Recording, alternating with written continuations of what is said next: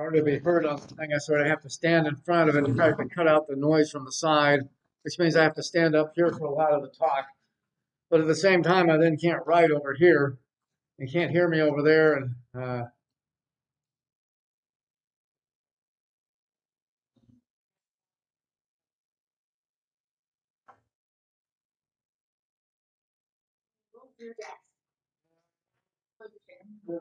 don't go far enough, unfortunately. I thought about all sorts of things, but I guess finally maybe this is the best one to try. What I've got is sort of some, you know, read them online, and hopefully you can hear me on the online presentation now.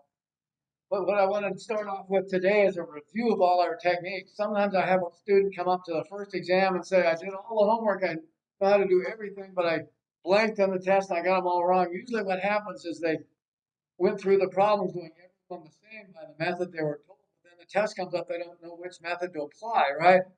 And the idea is it's kind of like a cookbook. If you see a cake, you got to use the cake recipe. If you see a pie, you got to use a pie recipe and so forth. So we want to talk about if you see this kind of integral, what's the method to use? If you see that kind of integral, what's that method to use?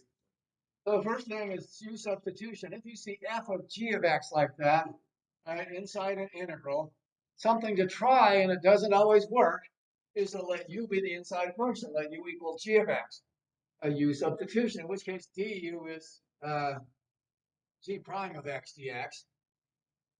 For instance, on this one, leave this x out. If I gave you the integral of e to the x squared dx, what would you do? You'd think that, right? Because e to the quantity x squared. It's not e to the x quantity squared. Otherwise, you write e to the 2x. It's e to the quantity x squared. Uh, that is what's called a non-elementary integral. You can actually show that without this x here, this thing cannot be solved in terms of a finite expression, in terms of algebra and trigonometry, all your beloved functions. So there's just no point. Later in the semester, we're going to learn how to integrate e to the x squared. It's a very important integral. It comes up in probability, actually e to the minus x squared.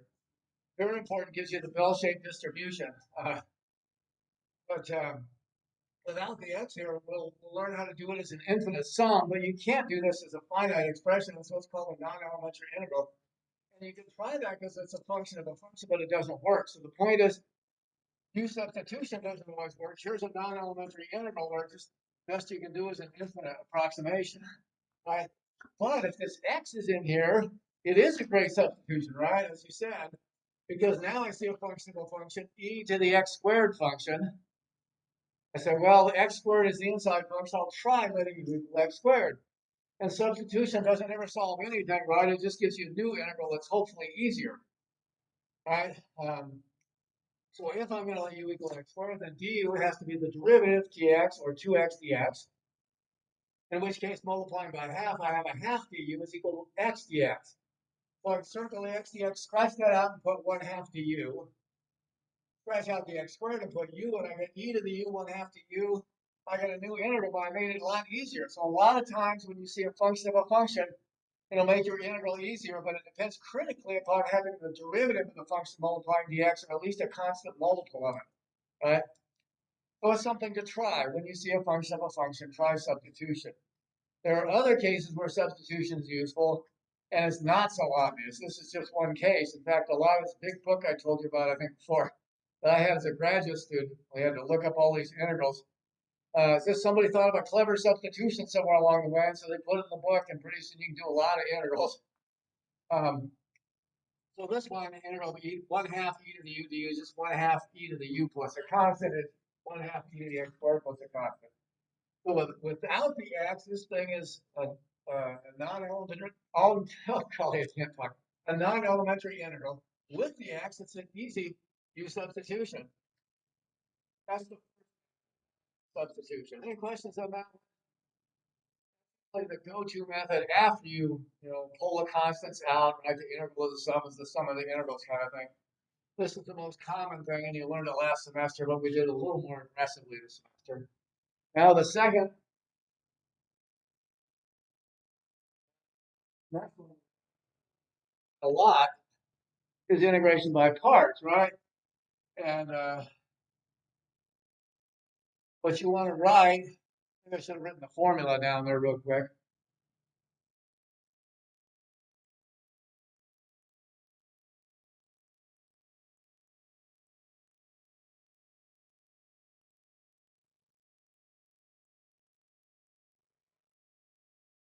The integral you can write as a function u times a differential dv, that's a function times dx, can be rewritten as uv minus integral v du. And so that's the formula.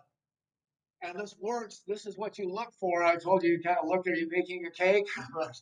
uh, if you see an inverse trig function in the integral or a logarithm times a small power of x or some other easy function, integration by parts is something to think of, right?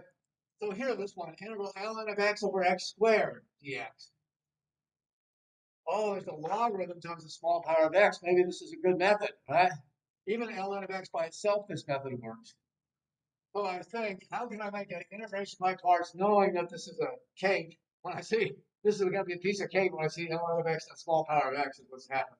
Um, I don't want to put ln of x into dv because I don't know how to integrate it. Although I could do an integration by parts to do it.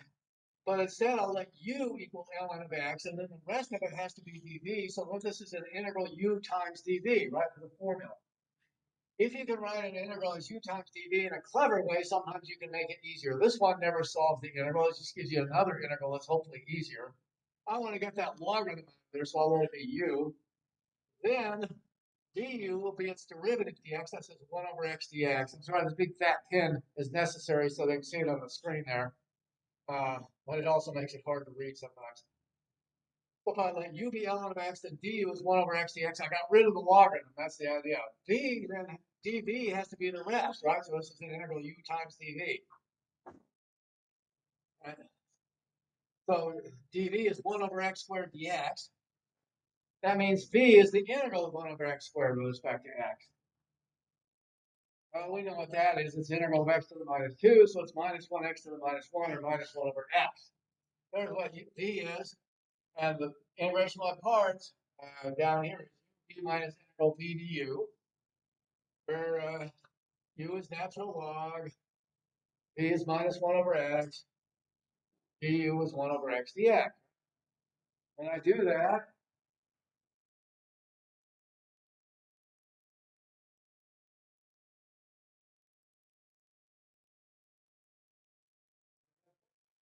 uh, 2v minus integral v du, like that. And the new integral, the logarithm is gone. It's just an integral of the power of x. So a small power of x times natural logarithm. This always works. It gives you a nice thing like this. Think of that. Just it's kind of just experience. You look at it and say, okay. And so these are both easy. This is an easier integral. I have the minus 1 over x ln of x from the uv, and then minus integral 1 over x squared, but the minus is canceling. This is integral of x to the minus 2 is minus 1x to the minus 1. Easy integral, right? And I get plus a constant. Logarithm sometimes a small power of x. There's trig functions when you see those.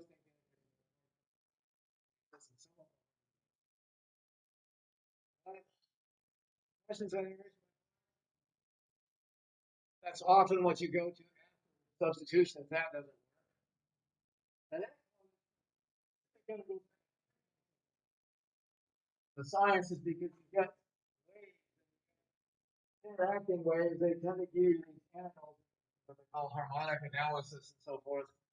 And you wind up with integrals like this. And also these integrals come up from our next substitution technique quite a lot.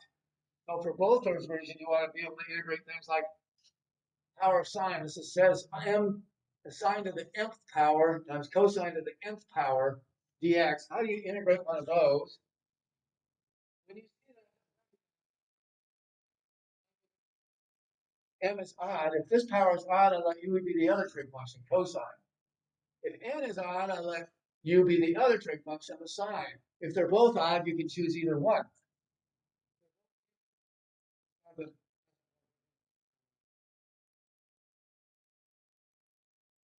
That comes up. That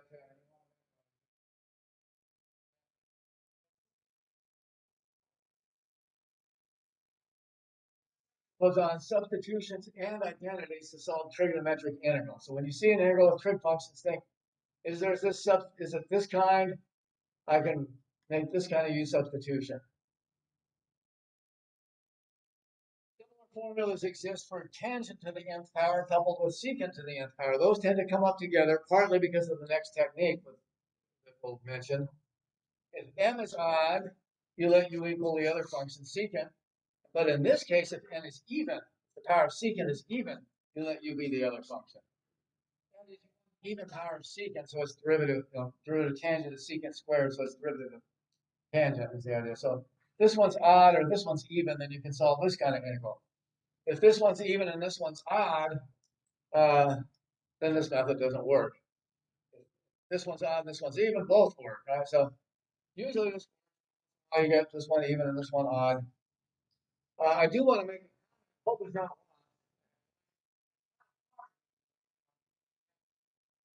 If both of these are even, so this rule doesn't work, can you guess what you can do? Anybody tried these with both of these even? There are some other techniques too. One way is to rewrite this as a product of tangent times secant. Some of the powers may be negative in that case, but you can still get, in this case, if both of these are even, both of these will be even. If this is even, I can let u equal tangent. So you rewrite it as a secant tangent integral and substitute u equal tangent, and it works. Uh, In the bad case here, well, this one's even, this one's odd, so you can't apply this method. Rewrite them as sine and cosine. These powers may be negative, but you still get an even and odd, and you can make a u substitution.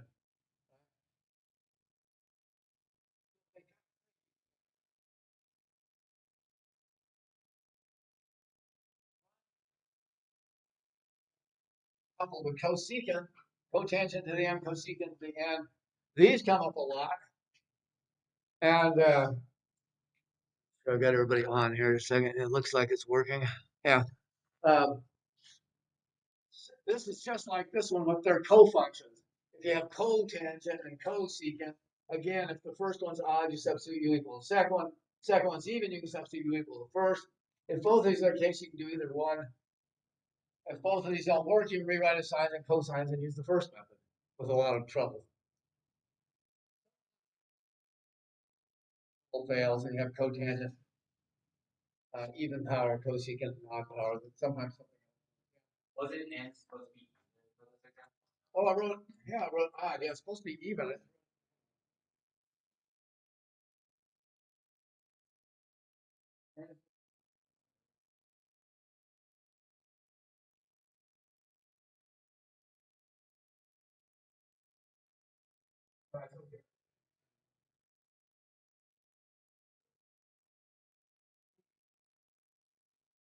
This is the bad case. Sine to the minus 2 times cosine squared. They're both even powers.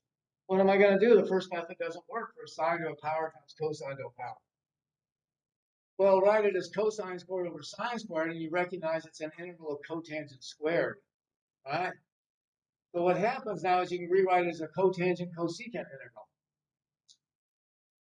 Thinking of it as cotangent to the n, cosecant to the nth with n equals 0, right? Think of secant to the 0 as 1 in here. If you have an even power here, you can substitute u equal cotangent here. So when I see integral cotangent squared, I recognize from this case that I can substitute u equal cotangent x, and this will work. Not easily, but it works.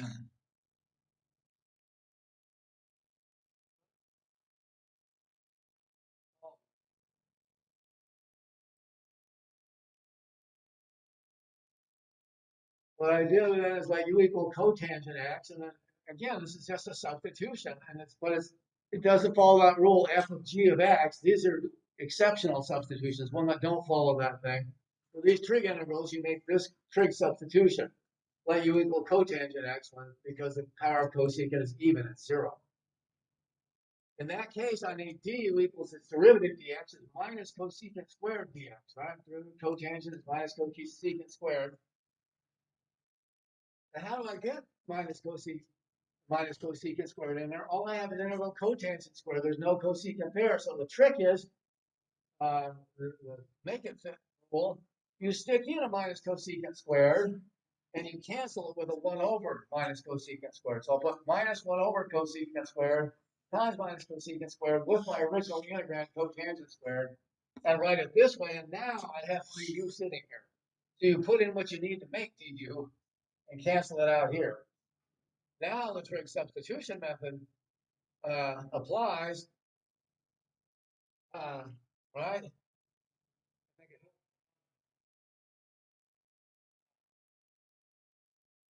The trig substitution, since I can let u equal cotangent, we said, power cosecant being even, I make that substitution. Cotangent squared becomes u squared. Minus cosecant squared dx becomes du as we calculated. So u squared du. And what about cosecant squared? You use that trig identity. This is the third Pythagorean identity. Cosecant squared is 1 plus cotangent squared root 3. That one? So that's the least of the three. Take sine squared plus cosine squared equals 1. You divide that equation through by sine squared, you get this trig identity. And so what we'll do is, we'll replace cosecant squared with 1 plus cotangent squared, which is 1 plus u squared. So the denominator here becomes 1 plus u squared. The numerator is u squared du. There we go. It's partial fractions, right? Except that the numerator is the same degree as the denominator, so I have to do long division first. It'll be a long process, but it does work out.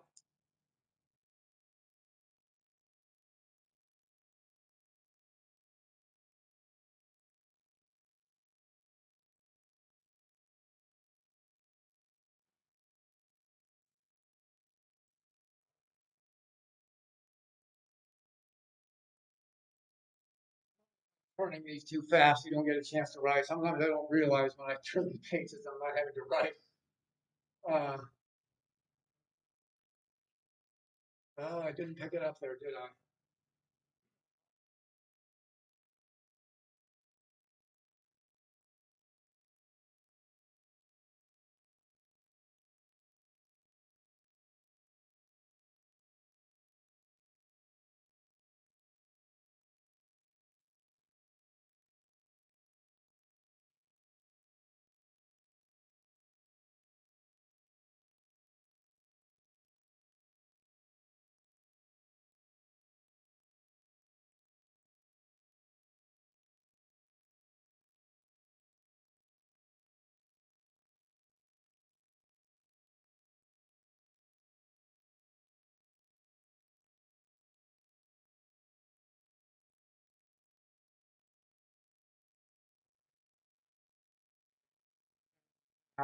What I do is long division to convert that into a partial fractions.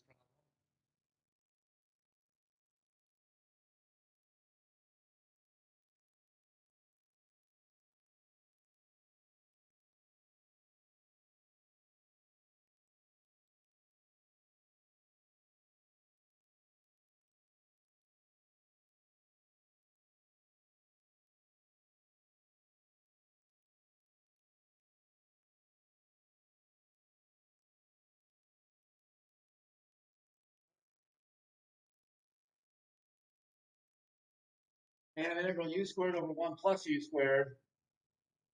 You do the long division, divide 1 plus u squared into u squared, it goes in one time to get the u squared, and then 1 times u squared plus 1 is u squared plus 1. Subtract down, so you get these cancel and minus 1.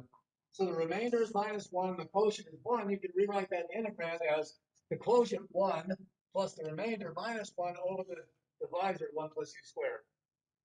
And this integral we can do, right? Integral of 1 is just u.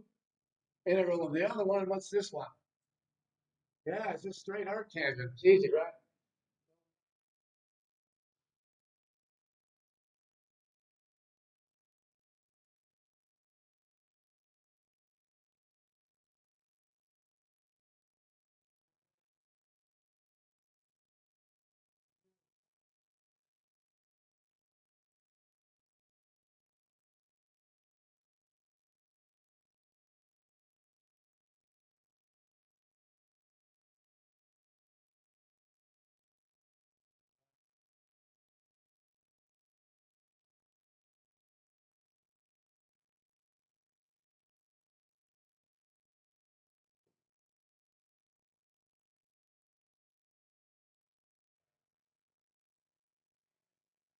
tangent, use the arc cotangent instead. I'll leave it like this, but just say you can substitute back u and with a little more work simplify this.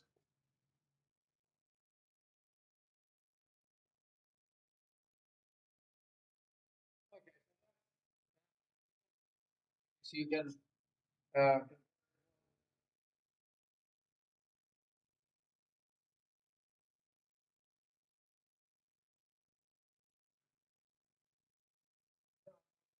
I won't do one. If you have cosine to a big power or sine to a big power, uh,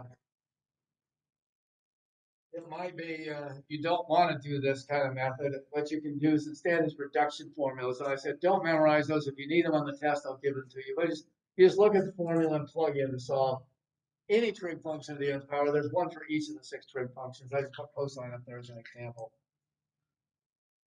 Then this kind of integral, this is another trigonometric integral that comes up a lot in practice. What's the integral of sine m times x times the cosine of n times x?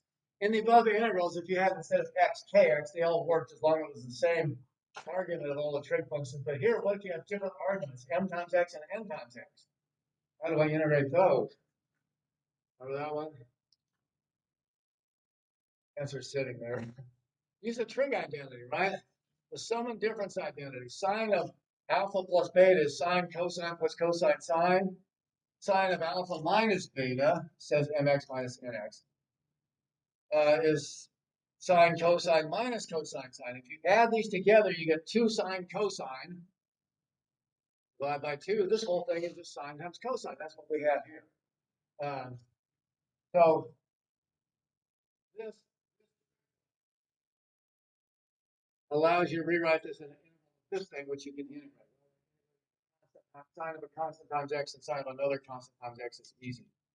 So trig sine squared. You didn't have to use a reduction formula. You could use a half angle identity on that. So there's other trig substitutions that apply.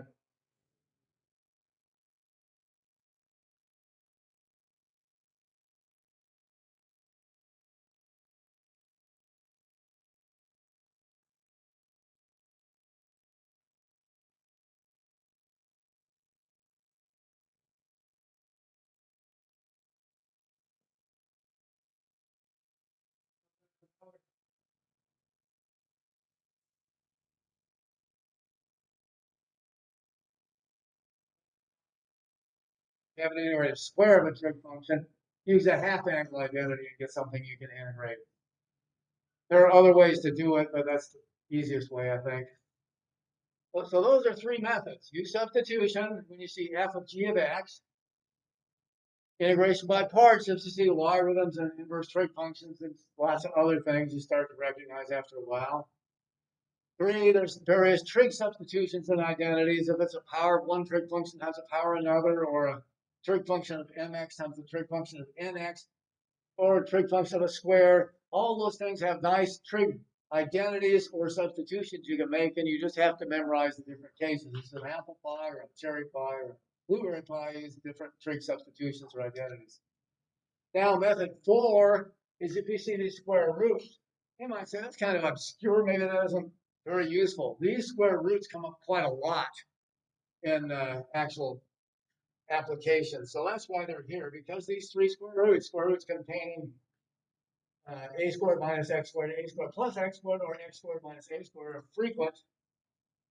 And there's a substitution, a clever substitution for each. So these are not obvious substitutions. It's not f of g of x, let u equal g of x kind of substitution. It's a substitution where you just have to memorize. If you see square root a squared minus x squared, you try, and this one doesn't always work. X equals a sine theta. I should have said on those trig integrals that we just did, those actually do work always, because you're just rewriting it as something you can integrate. So those are nice in step 3. Those always work. Steps 1 and 2 don't always work. You're trying to make an easier integral, and sometimes it's not. Same thing here. You're trying to get an easier integral, and sometimes you don't. Well, you try this because it makes the square root easier at least. Let x equal a sine theta if you see square root a squared minus x squared. Let x equal a tangent theta if you see square root a squared plus x squared. Let x equal a secant theta, that says. It's hard to read with a fat pen, I'm sorry. Oh, that dx is over there.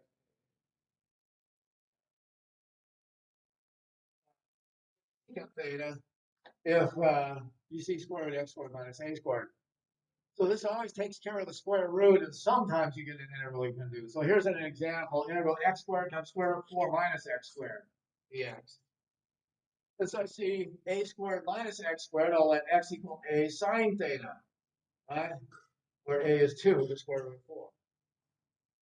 Then I observe from that dx has to be the derivative d theta is 2 cosine theta d theta has to go in.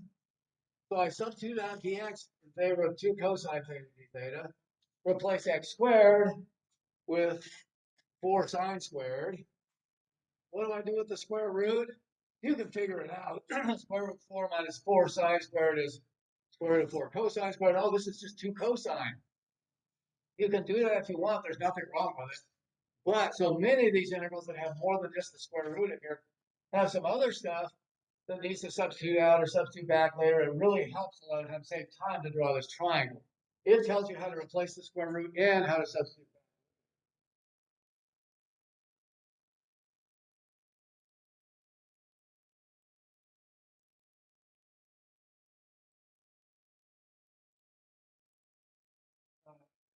Draw a triangle that fits this, right? If x equals 2 sine theta, then x over 2 is sine theta. So I'll put x here and 2 here.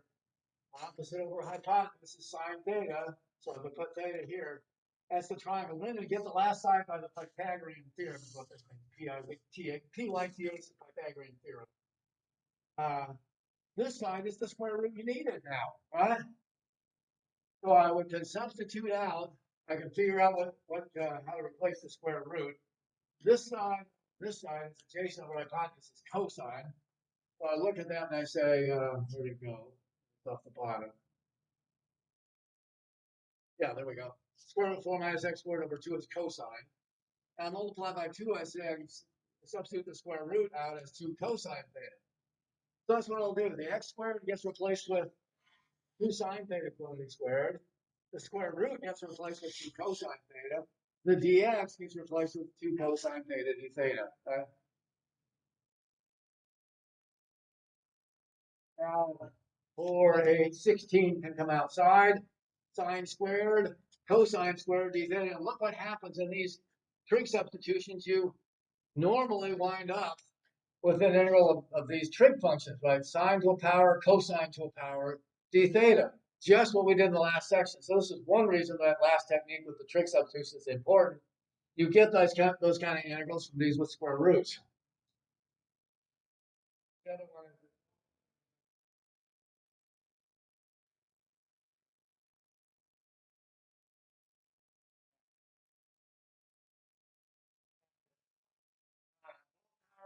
even you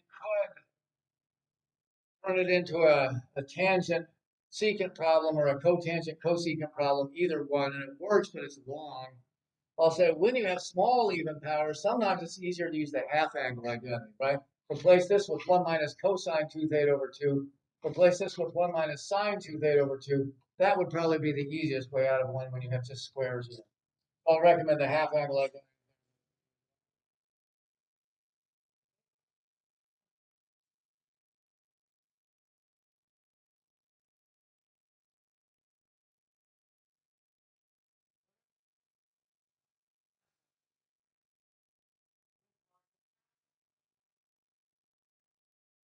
When you see an integral of a quotient of polynomials, right? A polynomial is a number times a whole power of x plus a number times a whole power of x all the way down to a number added together. When you see a quotient of two of those, with the degree of the top lower, you can always use partial fractions. It always works every time. If you see an equal or higher power on the top, you can always use long division and then get partial fractions after that. So it always works. The only trouble is, even though it always works, you have to be able to factor the denominator, find out what all its factors are in order to make it work. There is no formula for those. So the qualifier is, even though there is always a way to factor this, it always works, you may not be able to find those factors if it's higher than 4th degree. Right? So here's an example. Suppose I wanted to integrate x squared over 2x squared plus 1. What can I do? Well, the top is the same power as the bottom. It's greater than or equal to the bottom power, so I have to do long division first. I'll divide x squared by 2x squared plus 1, right? The numerator by the denominator. And it goes in 1/2 time, right? 1/2 times 2x squared gives me x squared. 1/2 times 1 gives me a half. Subtract down, the x squareds cancel. Subtract the 1/2, I get remainder minus 1/2. And quotient 1/2.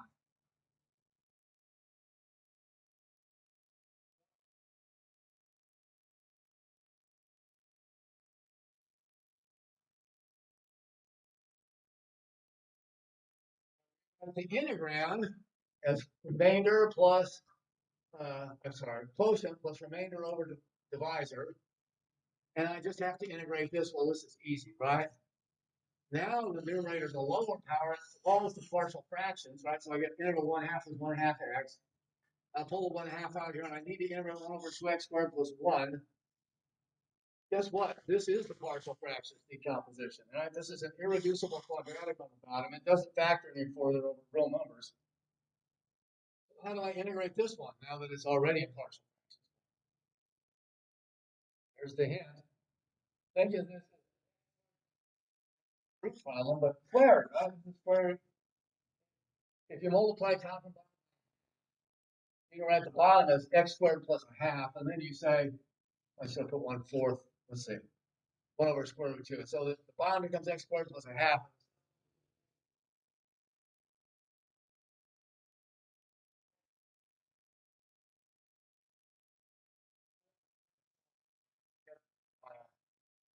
It's not too bad, but I'll leave it right there. So that this is the kind we just did a little bit ago. Um, x squared plus a squared came.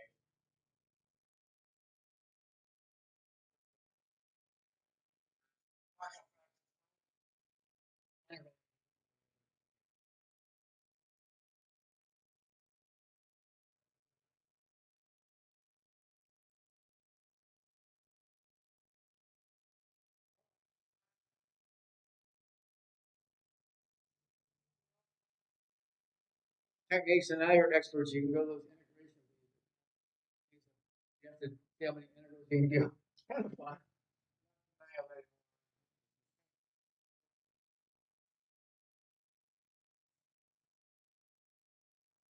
Well,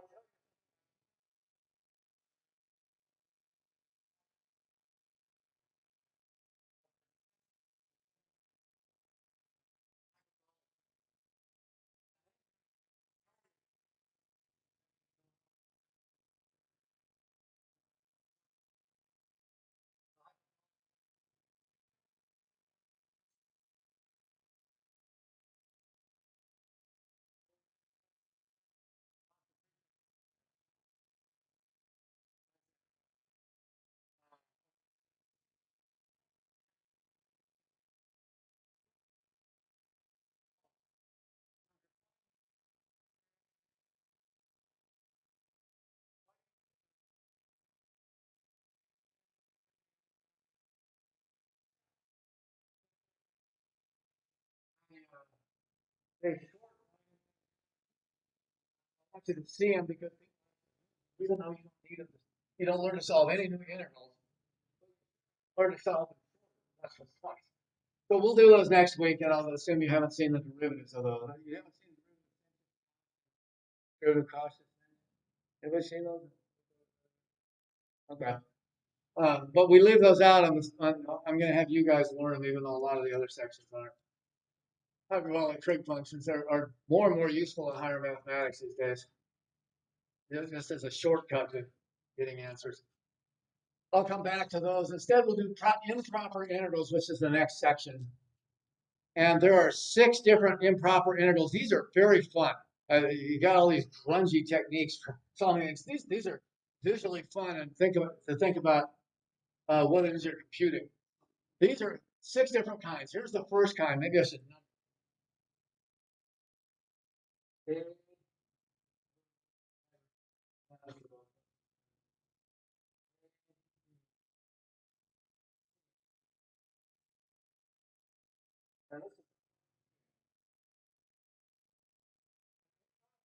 Was an integral with an infinity in it, just intuitively speaking. For instance, in this case, the bottom endpoint goes to minus infinity. If I have an integral all the way from minus infinity to a fixed number b of f of x dx. How do I evaluate it? It's on an infinite integral. But I can make my rectangle smaller and smaller, but I have to start with an infinite number of some I don't know what it is. So I have to take a limit of something I don't know what it is. Here's how we define it. We just take an integral from any fixed point a to b, a less than b, and then we know what that is on a finite interval a to b, right? And we get a formula in terms of each a, what the integral is, and then we take the limit as a goes to minus infinity. We'll call that the value of this integral from minus infinity to b. Here's the problem.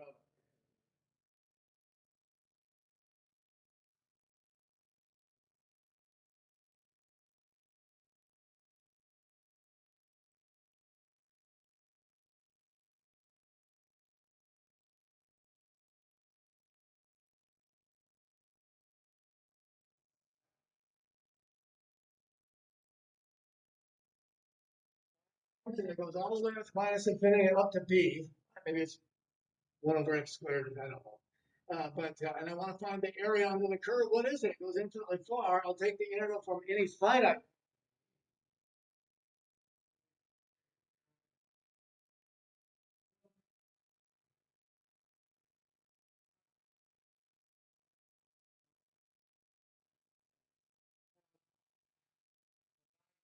Improper integral. The limit of the integral is going from a finite point to b. Similarly, if I want to go from a to infinity, now I have an integral going the other.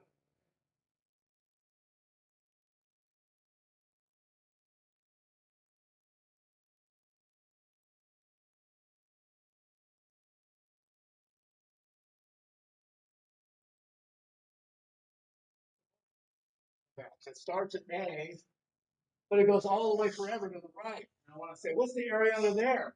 It can actually be a finite area, even though it goes infinitely far, it turns out, if we define it this way. But the integral from a fixed point a to infinity, f of x dx, the limit as b goes to infinity, integrating from a to a fixed point b. So you integrate from here to here, see what the number is, integrate from here to here, see what the number is, integrate from here to here, see what the number is. Let b go to infinity, let the right-hand point go to infinity. If that limit is a number, you say that's the value of an improper integral. If the limit doesn't exist, and you say the integral doesn't exist, and you say it diverges. So when the limit doesn't exist, you can say the integral doesn't exist, or you can say it's divergent. If the integral gives you a number, then you say it's convergent. So those terms you'll hear. And then finally, what if the integral goes from minus infinity? You define it like this one. Then you define it be the integral from minus infinity to c plus the integral from c to infinity, where c is any intermediate point, because you get the same result. Like maybe here's the integral under this bell-shaped curve from statistics. It's a very important problem if you take probability statistics, finding area under these things. I could integrate from minus infinity to say 0. Let's see, from 0, and then from 0 to infinity. So I'm adding this area plus this area, or each of these are defined by the previous two, right? Minus infinity to fixed point 0 or whatever, and then from 0 to infinity. First two cases. That's for integrals all the way across from minus.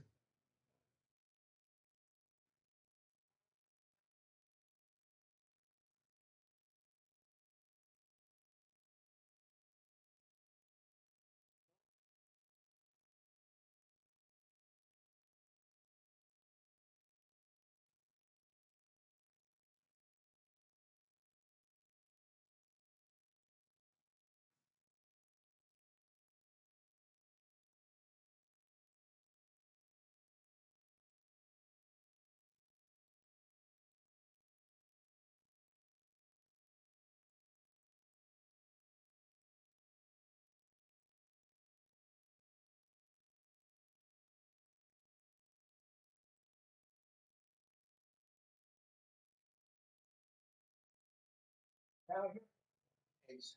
Yeah, but I mean, integral has an infinity, right? But from where one of the endpoints or both of the endpoints goes to infinity. The fourth case, D we'll call it, is an integral from between fixed endpoints A and B. So it's the area under the curve of a fixed point to a fixed point. But at the left endpoint, suppose the function jumps up towards an asymptote, either to infinity or down to minus infinity. Suppose I want the area under this curve where the left endpoint goes to infinity. Maybe this is finite or maybe it's infinite. How you define it? It's just the integral of a to b f of x dx, but it's improper because of this infinity in the function this time.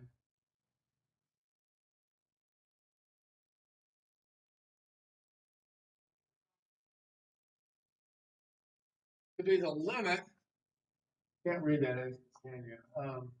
As c goes to a from the right of the integral from c to b. So instead of integrating from a to b, because you have an infinite jump at a, you integrate from c to b, where c is a little bit bigger than a. And you see what the area under the curve is, and then you move c closer to a and closer to a. And the limit of those areas under the curve is the left-hand point approaches a. If that exists, then you say that's the improper integral from a.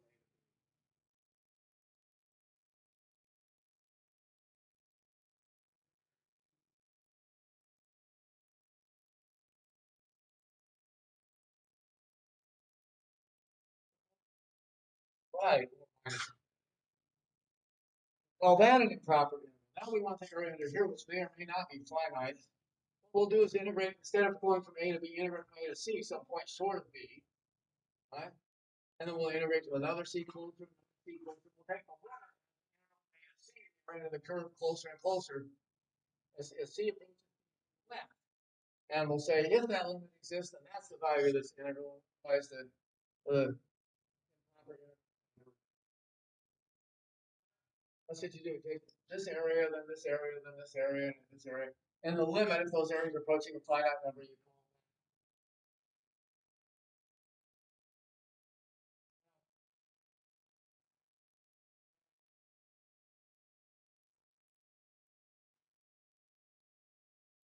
have a point in the middle of the integral. Integrating to find the area to this f of x, but it goes to infinity in the middle somewhere, right? Here's an asymptote, goes up to infinity, goes down to infinity. Might go to minus infinity on one or both sides.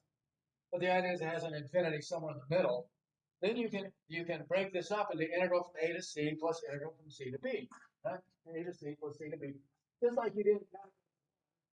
But now each a to c and c to b are these cases d and e, right? You have an infinity at the left hand point of this one and the right hand point of this one. So you use those two methods. You just break it up into two pieces.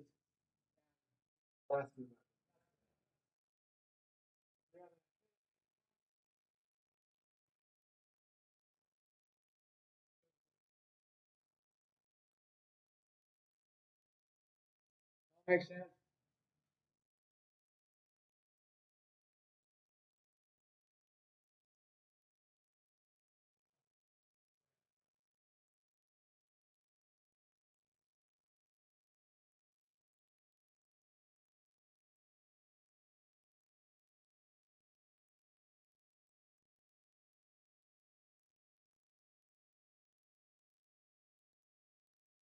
I didn't get to tell you a story today, so I can't go away and leave it with nothing. Here's my most favorite improper integral. Uh, integral 1 over x dx. I wonder what that is. Well, if you take, if the definition says to integrate 1 over x from 1 to infinity, you'd integrate from 1 to b, a fixed number, get a formula for that, and then let b go to infinity. So what's the integral of 1 over x? So this integral is difference. Then you take the limit as being proper integral. Right? This is the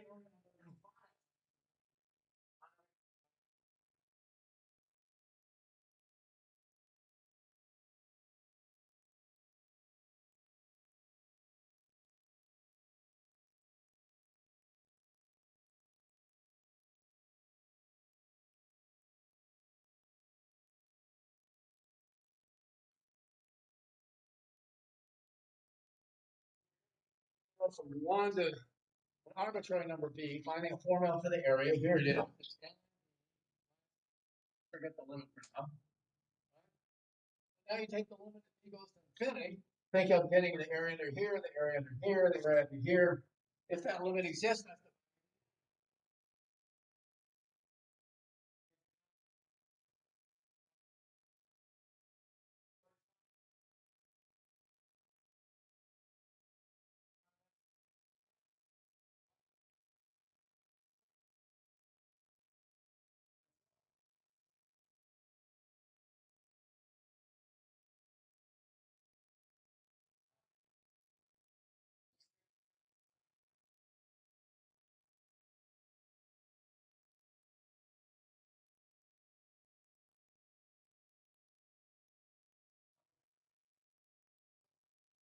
over x squared. It looks a little steeper, right? This is your standard hyperbola here, branch of a hyperbola. This one comes down a little steeper. Maybe the area underneath this one will be finite. So we try it. We'll integrate 1 over x squared from 1 to b and let b go to infinity. That'll be the value of the integral of 1 over x squared from 1 to infinity by the definition. Here under y.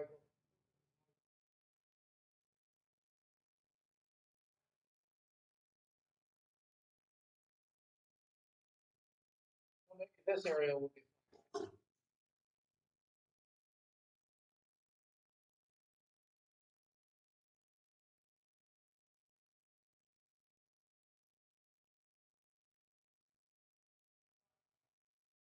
X to the minus 2, it integrates the minus 1x to the minus 1, or minus 1 over x. Plug in 1 and b, let b go to infinity. Integral. Well, this is minus 1 over b plus 1 is the value of this. Let b go to infinity. That's an infinity there, sorry. 1 over b minus 1 over b plus 1. Infinity, 1 over b goes to 0. That's what this says, goes to 0. And the derivative is actually equal to 1. It's finite. It's an infinitely long strip with finite area. This one is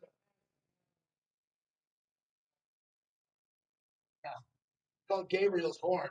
You take this y equals 1 over x function that we know the area under is finite, and you revolve that piece of paper that has infinite area around the axis, the x-axis, and get this horn, right, that goes out to infinity. So Gabriel can blow the horn to infinity. But alas, maybe it's an infinite amount of air because it's an infinite area. This paper still being revolved, right?